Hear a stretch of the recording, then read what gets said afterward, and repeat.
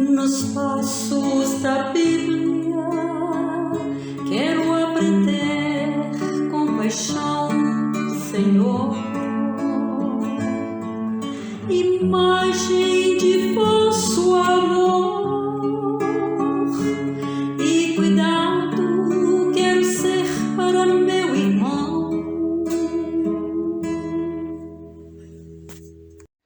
Irmãos e irmãs, paz e bem, hoje é dia 12 de maio.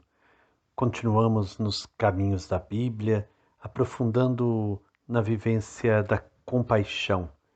Nesta semana nós estamos refletindo sobre essa virtude tão necessária à nossa vida, ao nosso tempo, viver com compaixão. E hoje nós vamos refletir então sobre a ternura. Ter compaixão é viver a ternura, é viver o amor. Ter compaixão é ter mais ternura na vida. Que nós possamos então hoje, neste momento de meditação, pedir ao Senhor a graça de vivermos com mais ternura. Façamos então nossa oração. Senhor, obrigado por me conceder a alegria de mais um encontro com Tua Palavra. Peço-te a paz e a sabedoria para compreender teus ensinamentos. Torna-me uma pessoa virtuosa, espelho de tua bondade neste mundo. Quero contemplar tuas criaturas com um olhar cheio de amor, ternura e cuidado. Concede-me viver em sintonia com tua palavra, buscando discernimento acerca de meu estar neste mundo. Que minha vida seja plena de sentido e que onde eu estiver todos sintam tua presença. Que a bondade, a alegria, a gentileza e a disposição para o serviço me acompanhem ao longo de toda a minha vida. Que teu Espírito me ilumine em cada pensamento, em cada palavra, em cada ação. Quero ser melhor, Senhor, ajuda-me. Amém. Entrega ao Senhor os teus caminhos e tudo mais Ele fará. Coloca no Senhor tua alegria e Ele dará o que pedir teu coração.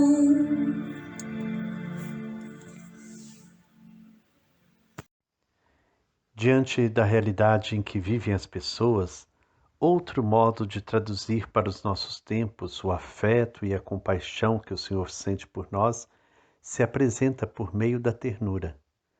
Ela pode concretizar precisamente o nosso modo de acolher hoje a misericórdia divina. A ternura revela-nos, ao lado do rosto paterno, o materno, o rosto materno de um Deus apaixonado pelo homem e a mulher, que nos ama com um amor infinitamente maior do que o de uma mãe pelo próprio filho. Independentemente do que acontece e do que fazemos, temos a certeza de que Deus está próximo, compassivo, pronto para se comover por nós. Ternura é uma palavra benéfica, é o antídoto do medo em relação a Deus, porque no amor não há temor, porque a confiança vence o medo. Portanto, sentirmos-nos amados significa aprender a confiar em Deus, a dizer-lhe como Ele quer: Jesus, confio em ti. Quando o ser humano se sente amado, sente-se estimulado a amar e a cuidar. Então, por isso, hoje, para falar de ternura, eu escolhi 2 personagens da Bíblia que aparecem na carta de São Paulo aos Romanos, quando Paulo fala: saudações a Prisca e Áquila, meus colaboradores em Jesus Cristo. Nos Atos dos Apóstolos, então, no capítulo 18, nós vemos a história da relação de Paulo com Áquila e Priscila, ou Prisca. Áquila e Priscila são a expressão da ternura na vida de Paulo. Um casal atuante nas primeiras comunidades cristãs. O nome Áquila significa alguém do norte. Priscila significa anciã ou venerável. Áquila era de Ponto, uma região no norte da Ásia Menor. Eles moravam um tempo em Roma, de onde foram expulsos no ano 54, quando o imperador Cláudio expulsou os judeus de Roma. Depois de Roma, eles foram morar em Corinto, onde Paulo os encontrou quando passou por lá na segunda viagem missionária. Paulo se hospedou na casa deles, pois Paulo e Áquila tinham a mesma profissão, eram fabricantes de tendas. Áquila e Priscila viajaram com Paulo até Éfeso. Paulo seguiu viagem para Jerusalém, prometendo voltar logo. O casal continuou em Éfeso, bem atuante, ajudando o missionário Apolo a se firmar melhor na doutrina.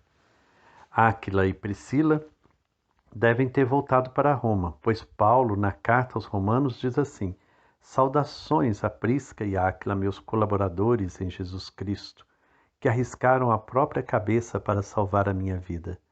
A eles não somente eu sou grato, mas também todas as igrejas dos pagãos.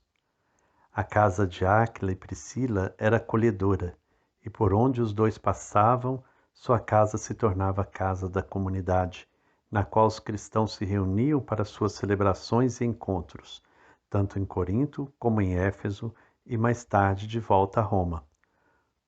Então, Áquila e Priscila nos remetem a essa ternura, a esse acolhimento, a essa imagem de um Deus profundamente amoroso, próximo de nós. Um Deus que nos quer cada vez mais próximos dele. Se Deus é ternura infinita, também o ser humano, criado à sua imagem, é capaz de ternura. Então a ternura, longe de ser apenas sentimentalismo, é o primeiro passo para superar o fechamento em si mesmo, para sair do egocentrismo que deturpa a liberdade humana. A ternura de Deus leva-nos a compreender que o amor é o sentido da vida. Compreendamos assim que a raiz da nossa liberdade nunca é autorreferencial e sentimos-nos chamados a verter no mundo o amor recebido do Senhor, a decliná-lo na igreja, na família, na sociedade, a conjugá-lo no servir e no doar-nos. Tudo isso não por dever, mas por amor àquele pelo qual somos eternamente amados. Sentir compaixão e cuidar com ternura é reacender a chama de uma vida, é reconstruir uma história, é aquecer um coração desesperado, é iluminar quem está na escuridão, é abrir os braços para quem precisa de um abraço, é fazer-se presente onde ninguém deseja estar ou queira ficar. O Papa Francisco, ao discursar para os membros da comunidade de Santo Egídio, que cuida dos pobres em Roma, expressa bem esse sentimento. Caminhando assim, contribuís para fazer prosperar a compaixão no cerne da sociedade, que é a verdadeira revolução, a da compaixão e da ternura, aquela que nasce do coração, para fazer crescer a amizade e não os fantasmas da inimizade e da indiferença. Não é possível falar de cuidado sem falar de ternura. Ambos são centelhas do amor divino que experimentamos quando saímos de nós mesmos e vamos ao encontro dos outros. Para iluminar ainda mais essa nossa reflexão, buscamos hoje o testemunho, o exemplo da primeira santa africana, Josefina Bakhita. Sou feliz porque a vida é partilhar, mas tu quer receber a alegria estar no dar. Sou feliz porque a vida é partilhar, mas tu quer receber a alegria estar no dar.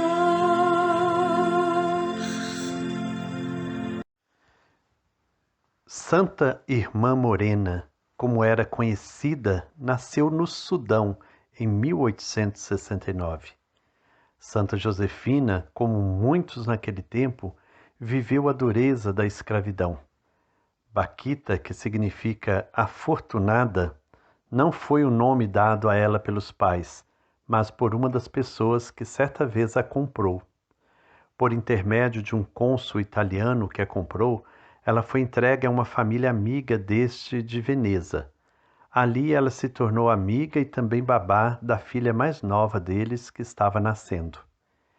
Em meio aos sofrimentos e a uma memória toda marcada pela dor e pelos medos, ela foi visitada pelo amor de Deus, porque essa família de Veneza teve de voltar para a África em vista de negócios. Tanto a filha pequena quanto a babá foram entregues aos cuidados de irmãs religiosas de Santa Madalena de Canossa. Ali Santa Baquita conheceu o Evangelho. Conhecendo a pessoa de Jesus, foi se apaixonando cada vez mais por ele. Com 21 anos, recebeu a graça do sacramento do batismo. Livremente, ela o acolheu e foi crescendo na vida de oração, experimentando o amor de Deus e se abrindo à ação do Espírito Santo. Quando aqueles amigos voltaram para pegar Baquita e a criança, foi o momento em que ela expressou seu desejo de permanecer no local porque queria ser religiosa. Passado o tempo de formação, recebeu a graça de ser acolhida como religiosa.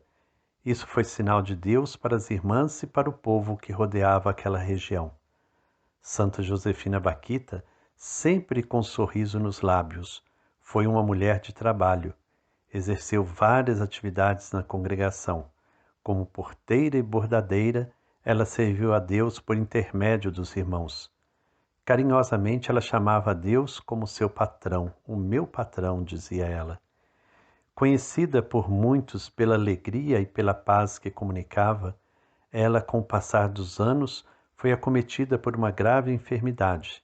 Sofreu por muito tempo, mas na sua devoção à Santíssima Virgem, na sua vida de oração sacramental, de entrega total ao Senhor, ela pôde se deixar trabalhar por Deus, seu verdadeiro libertador. Ela partiu para a glória e foi canonizada pelo Papa João Paulo II no ano 2000. Que Santa Baquita, essa santa da ternura, do amor, da alegria, interceda por todos nós, que nós possamos também viver intensamente a ternura.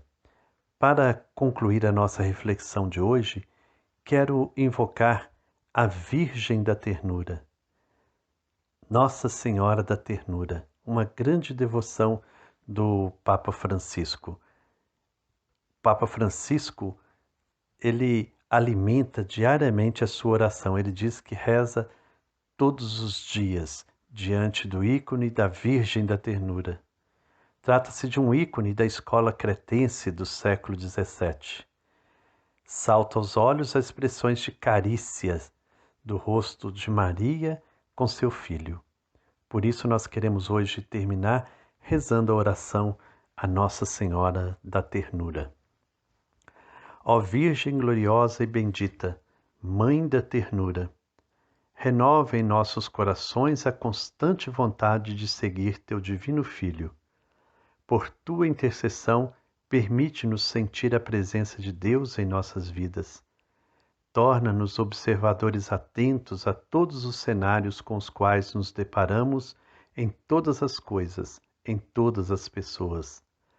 Dá-nos a graça de sentir a presença de Deus na simplicidade e incessantemente, na abrangência de tudo, e livra-nos da presença do inimigo e das suas tentações. Que Deus reine em nossos corações e que sua divina presença seja constantemente sentida por nós em nossas vidas. Amém. O nosso mantra de hoje, então, que eu veja o mundo com mais ternura, Senhor. Que eu veja o mundo com mais ternura, Senhor. Que o Deus, fonte de amor e bondade, o Pai da ternura, nos abençoe em nome do Pai, do Filho e do Espírito Santo. Amém. Paz e bem.